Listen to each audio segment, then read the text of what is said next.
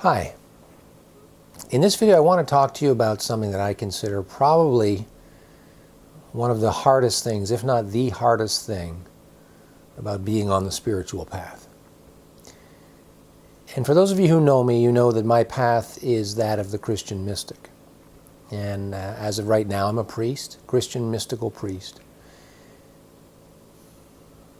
I believe that this particular situation or dilemma or challenge that I'm going to talk about in this video has to be something that everybody faces along the way, regardless of what particular spiritual path you choose. What I'm talking about is the issue of how you feel and the various ups and downs that you go through as you transform on the spiritual path. I believe that the spiritual path is often presented as a solution to one's problems, that there is a way to live, that aspiring to be in union with God, aspiring to find and relate to, be in relationship with the Christ within, will solve everything, will be that missing piece in one's life. And having found it and having done the work, I should be peaceful, I should be relaxed, I should be happy, I should be content, I should be prosperous, I should be a powerful creator on the earth. Well, I'm going to say yes. But I also want to share with you the reality that I have found. And hopefully this will give you some fuel to continue in those times when you feel frustrated, or you feel tired, or you feel irritated, or you feel rageful, or you feel depressed, or you feel anxious, or you feel strapped for money. The integration of one's emotions into the totality of oneself, into the fabric of your being, is really a difficult thing. The reason that I believe it's difficult is that, first of all, the training that we receive growing up is insubstantial. We are, to a certain degree, depending on the parenting that you had, either taught nothing of integration of our feelings, nothing of acceptance of our feelings, nothing of how to process and deal with the difficult emotions that come with disappointment and heartbreak and anger and loss of control and things that happen that are not what we wanted to happen. Up to a point where I feel some people receive some adequate coaching. Personally, I think that if I had my choice, I would have parents that were priests. Because in order to become a priest, one has to move through various levels of consciousness and have to demonstrate a sincere desire to love people and care for them at the exclusion of their own agenda. So to be raised by people who had that level of consciousness, who were able to tune into what was best for me as opposed to what they wanted me to become or how they wanted me to respond in a various situation, or if they did or did not want me to express certain emotion.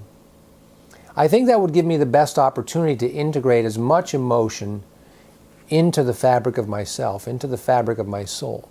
And then I would have to pick it up from there once I became an adult and I was launched into the world of having graduated college and having more serious romantic relationships, the requirements to earn a good living, taking care of my physical self, the place where I lived, and beginning to build whatever life I wanted for myself.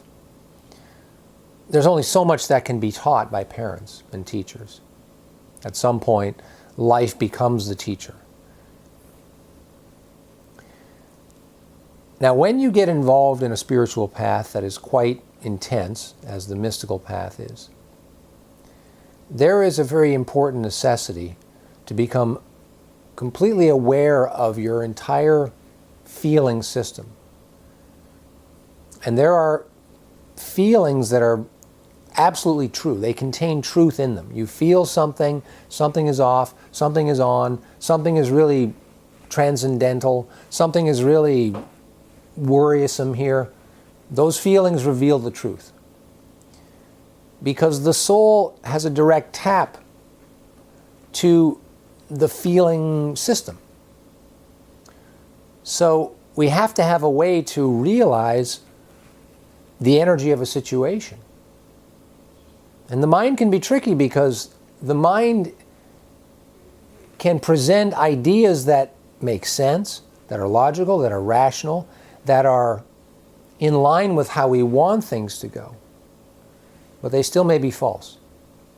Our own preferences, our own fears, our own projections often get in the way through the vehicle of mind. When we feel things, we can never say, I would like us to never say, I shouldn't feel that way.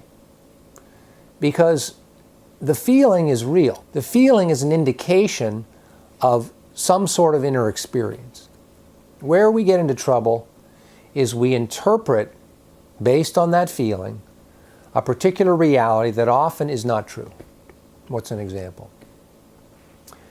An example might be, I'm dating somebody or I'm in a relationship with somebody and they said they were going to text me at this time, at this day, and the text doesn't come. So I send a text to them and say, hey, just checking in, and nothing comes back. And an hour goes by, and 2 hours go by. And I'm having a lot of feelings. I'm feeling angry, I'm feeling disrespected, I'm feeling uncertain. If it's a new relationship, I'm feeling kind of panicky. The mind begins to create a narrative, and the narrative may not be true. Many times we realize that what our minds spiraled into was not actually the reality of what was going on. Let's take the best case scenario, the person that you were waiting for the text, their phone died, and they had no way of getting a hold of you because they didn't have your number memorized, as these days nobody does. And at their earliest opportunity, they alerted you through an email or who knows what. And you realize that all the anxieties and the anger and the fear and the disrespect that you felt was appropriate at that moment because of your interpretation of the situation, however, was not indicative of actually the intention of the person. And so hopefully we're able to move through that relatively quickly. But the feeling actually is always to be permitted. We can't put a restriction on our feelings. We may have emotional reactions that we recognize are out of proportion to reality. And that can be frustrating and it can be kind of irritating because we would like to be more composed and we'd like to be more balanced. And on this spiritual path, sometimes the mind goes, well, hold on, I'm on the spiritual path, I'm working with a teacher, I'm doing all these exercises, how come I still feel depressed? How come I still get really anxious? How come I'm still very, very angry a lot of the times? And there's a desire to reach a place where I have much greater dominion over my emotional self. Well, I think that's an admirable goal. I think seeking to have dominion over your emotional reactions is part of the path. Because we don't want to respond to every narrative that our mind comes up with. And just because we're in a particularly angry state does not entitle us to bark at somebody else, to make some kind of assessment and therefore punish the person through some reciprocal action. I don't believe that we have that justification, not if you are aspiring to live in a vibration of love. If your prayer and your desire is to live in an environment of love, that is going to be an inner environment. It may sound cynical, but from my perspective, the earth in the current state now is not really an environment of love. There is a pressure of love trying to influence it, just as there is a pressure of love trying to influence every person. You could call that the Spirit of God, the Holy Spirit. The environment that we live in is contained in the mind of God. So there is going to be a pressure for us to be affected by that mind. We have free will, though. So just as you could attend a class And if you're attending a class, let's say this is a class that you signed up for. So it's not necessarily a class that you have to take. But it's a class that you sign up for. And you sit in the class with 20 other people. The teacher teaches things, and that creates a pressure for you to receive that information. Now, pressure might be a strange word. You might, I don't feel pressure. What I mean by that is that there's incoming information. There's incoming energy that is attempting to influence you, to teach you something, because you would like to learn that. You would like to have that information accessible to you in order that you would pursue some sort of an interest.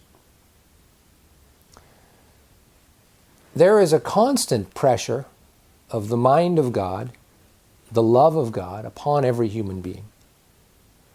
Some people have no conscience, or their conscience is so shut down that they cannot feel that.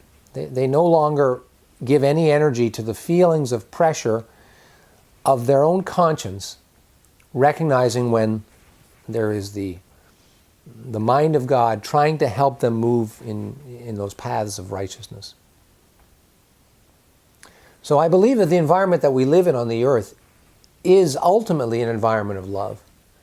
However, we as a human race are very sporadically choosing it. I think we're choosing it more than we realize, for the sole reason that the media has found that they can sell more ads, more interest, more products, if they focus on the antithesis of that pressure. If they show how people respond to the pressure of hatred and greed and selfishness and anger and disappointment and all those kind of other things, people find that more entertaining. I find it heartbreaking, actually. I find it heartbreaking that we as a people have become conditioned to indulge in the demonstration of negativity and how it affects each other. But I accept that reality because in the Christ consciousness, we see what is. And I think that's just such a beautiful way to describe the absolute truth. I see what is. I do not project what I want to be there if it's not there. Now that's different than how I want to live. I want to live by projecting that which I want to occur, and I recognize my role as a co-creator. I have the presence of God within me, and to whatever degree I have developed myself, I can be a creative force on the earth, and I can plant the seed through my hope, through my love, and project that energy outward and eventually fulfill it by my physical body and by my word.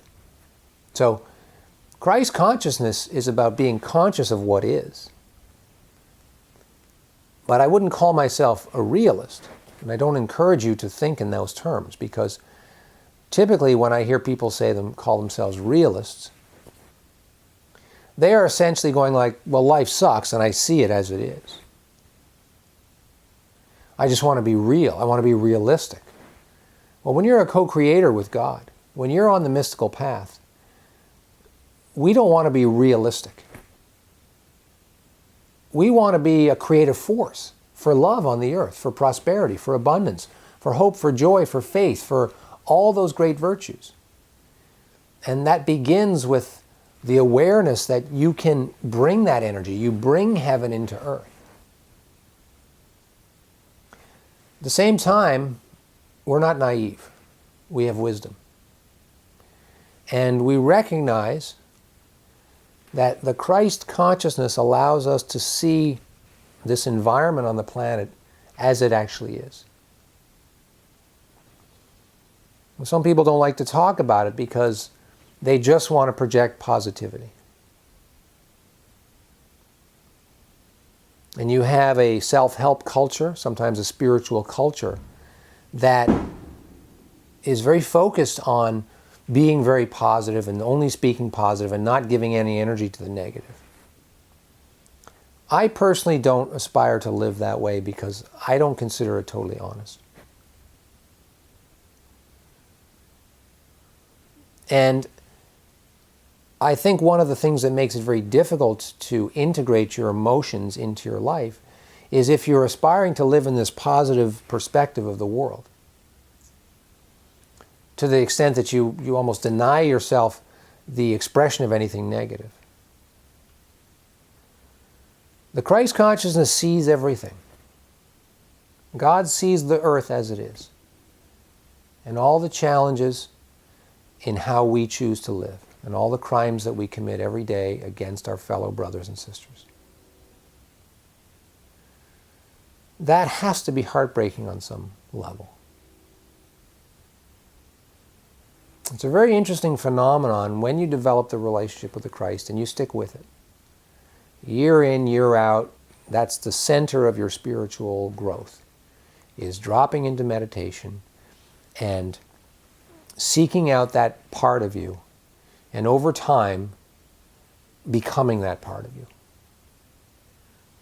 Becoming one with God as a personal, individual experience. I say individual because you will experience it as something that happens for you alone. You don't know when it'll happen, where you will kind of merge in and realize who you really are. That is, I remember when I used to read spiritual things about, well, that was sort of ultimately what would happen. And people, maybe their first year of meditating, are aspiring to have that experience. I would never stop somebody from wanting to pursue that. But I spent 20 years searching before I found the Christian mystical path, and now I've been on the Christian mystical path, it'll be 14 years in just a number of months. And honestly, it is only recently in this year that experience now appears to be becoming real. And I see the gradual stages along the way to reach this place. And yet still I experience a lot of negative emotion. And I don't know if that ever changes. I don't know if that goes away.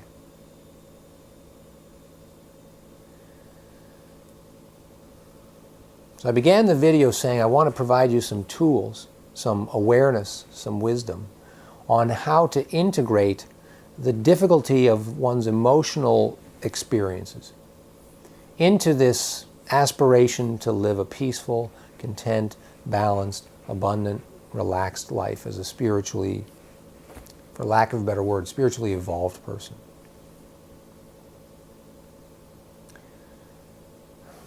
As everything, practice. Practice will improve your abilities. If there is a pressure inside of myself that I shouldn't be feeling this way, I should be past this, you are adding more resistance to the process. Instead, I would like to encourage you to not assess where you're at in the path, to not constantly wonder if you should be farther along, because, again, the Christ consciousness says, this is what is. I feel this way. I feel angry. I feel depressed. I feel anxious. I feel nervous. I feel unsettled. I feel lonely. I mean, if you feel those things, what is the best thing to do? Well, okay. I think the best thing to do, first of all, is to allow those feelings. To allow the feelings means to love yourself. Now, that doesn't mean to sit and stew in it. There's a difference between allowing the feelings and stewing in them. But let's say you're somebody who, you see yourself as a relatively content person, and you make a decent income, and you have a romantic partner that you love, and it seems the relationship is stable, but you still find this gnawing sense of anxiety or depression. Well, that's what's going on, right? We can't just go, well, I shouldn't have that because look at all these great things in my life. That creates a tremendous amount of anxiety. To go, I shouldn't be feeling this way, but I do, but I'm going to deny I do because look around, my outer life is fine. The inner life may not be fine. There may be things that are off. But what I have discovered is that the more that you do this work, The more that you progress in understanding, become more integrated, become more balanced, become more forgiving, become a better communicator with your word, less antagonistic in your language, whether it be the emails you send, the texts that you send, the way you talk to people, your language becomes much more loving. And you are much more conscious of the language that you use and the energy that you put out.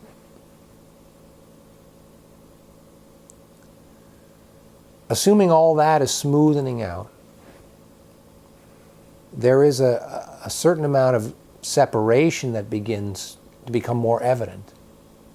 All the work that you do tends to alienate you slightly from the social fabric of what's going on around you.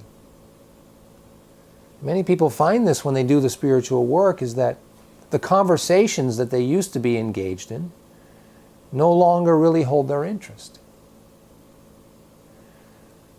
They begin to see the truth of certain attitudes and behaviors in their friends.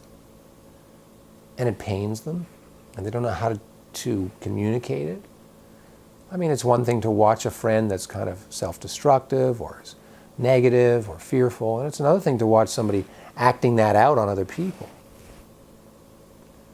But how many times I've talked to somebody on the spiritual path and they want to help somebody see things, and yet there's no opening for that. The other person doesn't think there's a problem. The other person is not receptive to your particular sight on the matter. And sometimes that creates a pressure in the relationship where the relationship loses that glue that used to hold it together. How could that not create sadness? How can that not create a feeling of loneliness?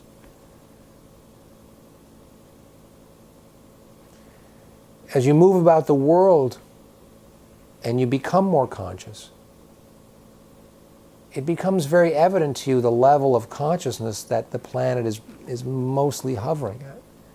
Now, the level of consciousness may shift a little bit if you're in a grocery store compared to in a university lecture, compared to in a meditation class, compared to at a ultimate fighting event, to a dog fight. I mean, the level of consciousness varies. But if you seek to be in relationship with God as a real experience, that will juice your entire emotional system. You will feel things to a much greater degree. All the positive feelings and all the negative feelings.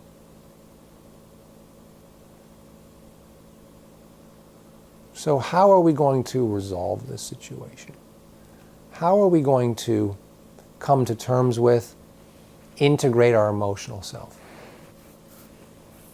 What I have discovered is that peace, sometimes referred to as the peace that passes all understanding, that relaxation, that tranquility, that contentment, that truly is an inner experience. If you get it in your outer life, consider yourself very fortunate.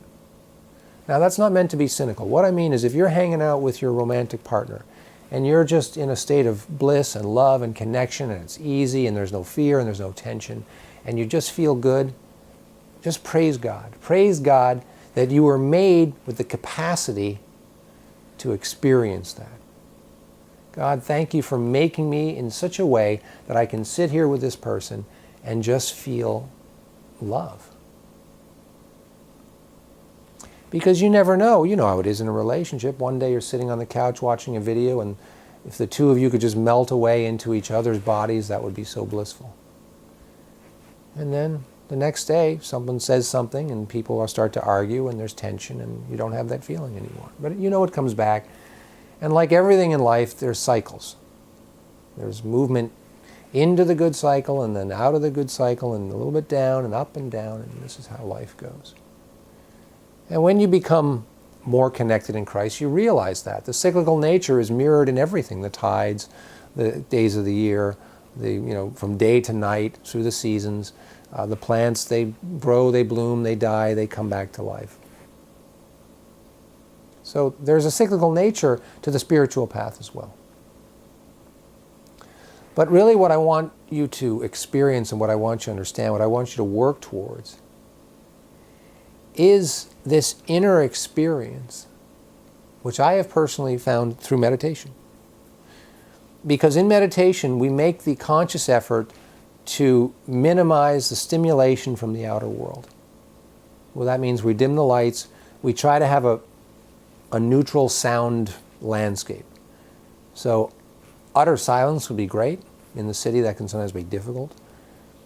If you can't find utter silence, you can run some kind of a fan or something, or music, to create a privacy in your inner life. Because you don't want to hear dogs barking or traffic, or you don't want to hear people using machinery, because the irregularity of those noises tends to keep you more focused on the outer. So we create an environment in meditation that allows us to really focus inwardly. When we focus inwardly, you may become very aware of your emotional state. And that can be uncomfortable if the emotions are not good.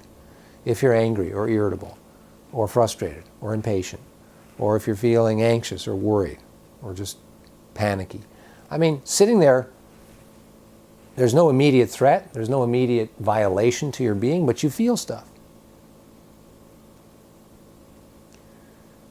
That can be resolved through consciousness, through bringing love to that emotion, by bringing a voice of reason in the mind, a voice of love from your heart. You accept what you're feeling and you explore why you're feeling it. And once you know, first of all, you allow the feeling. Second of all, you try to understand why. And ultimately, you go, okay, what are we going to do about it? How are we going to move from being anxious or being angry to being calm and peaceful and forgiving and back to a level of, relaxation? Well, there's a process. And that process really is about first allowing the feeling, not denying it, exploring what happened, using your reasoning mind to determine what parts are truthful and where you're exaggerating, and then coming up with a plan of action. And I think you will find, if you develop this process and you do it consistently, you'll begin to move through it faster. But if you have the expectation that at some point you will not ever have to do this again, then you're not living in the same world as me.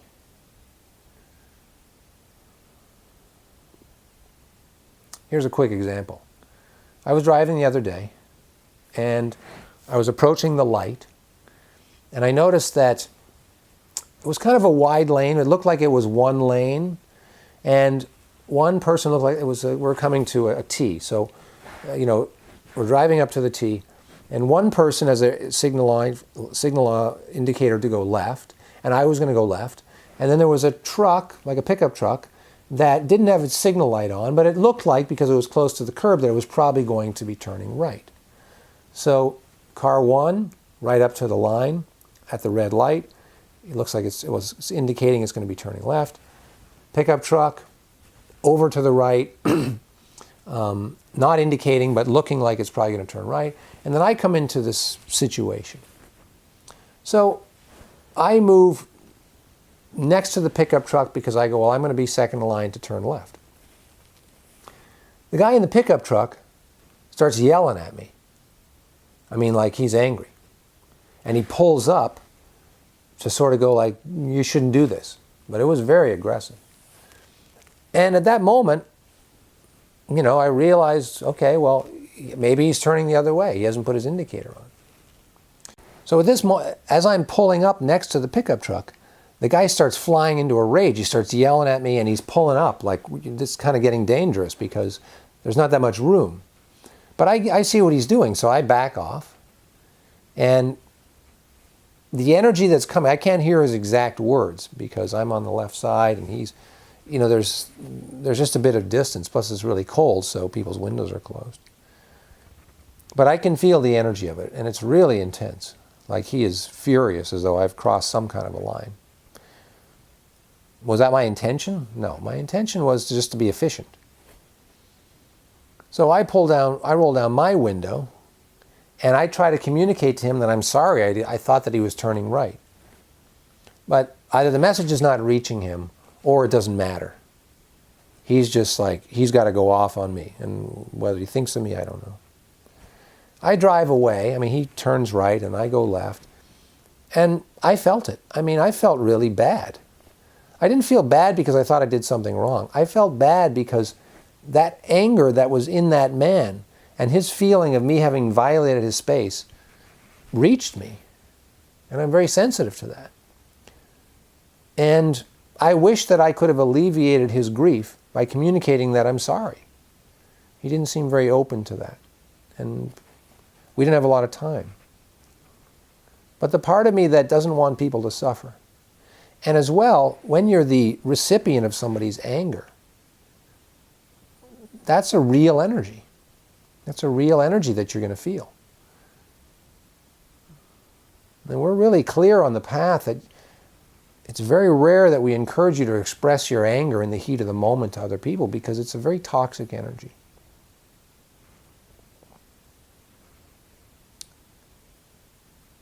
So I drove away, and it took a while for that energy to dissipate. And luckily, because I've been meditating for a while and I've been processing it, I was able to let it go, but it troubled me. So this comes back to my original point about this path. That as you move through the world, you're going to see this battle between the toxicness of the world and people's uncontrolled emotions and their intentions that are very selfish and very out of accord with God. And they're going to express from that place, as we all do at times. And when you are a recipient of that energy, it does not feel good. And it can affect your emotional state. And so that puts this pressure on us to continually have a relationship with our emotional self and dismantle the temptations to get very negative and selfish and judgmental. You know, Jesus said, "Forgive them, Father, they know not what they do," as they were driving nails into his hands. Now, on one level, they knew what they were doing. You know, they were consciously executing this man and possibly taking joy out of causing tremendous pain. I mean, who's going to take the job of crucifying people? I mean, if you have any kind of sensitivity, it's going to be really hard to hammer whatever. I don't know how big those nails were, but they're like spikes, driving them through somebody's flesh and bone, you know. So on one level, they know what they were doing. They were killing the person. But what Jesus meant was that they didn't know that what they were doing was killing an innocent man that God had raised up as the Messiah. They didn't know that. So Jesus is asking God to forgive them of that crime. The man was yelling at me because he believed that I had violated his space. And so it's up to me to forgive him because he didn't know that I wasn't doing that and that I was apologetic anyway. And I think you're going to find as you progress on this path that you will be the recipient of a lot of difficult energy. And that energy can affect you.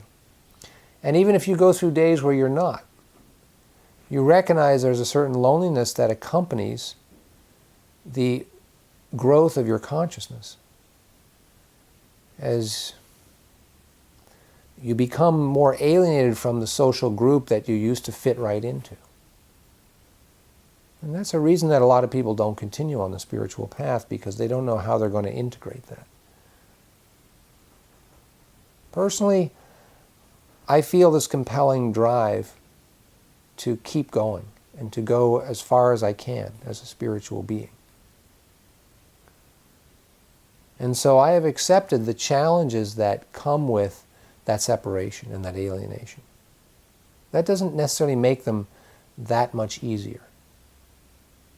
Personally, I often find it very isolating and alienating to move about, my day-to-day life. It's through shared experiences that I find joy and connection. So if I'm playing squash, which is something I do quite frequently, we can just become two squash players who love and appreciate the game and the point and just have a connection based on that moment.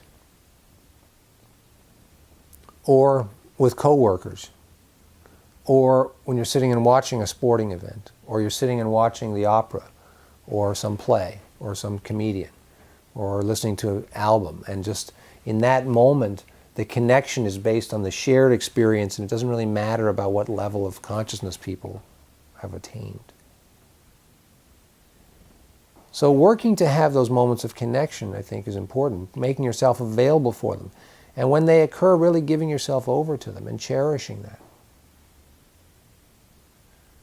But also, as it's often referred to as the road less traveled. There's less people on it. And if you continue, there's even less people on it. And when you truly have the experience of reaching certain levels of enlightenment or self-realization or God realization, you will recognize that most people have not persisted.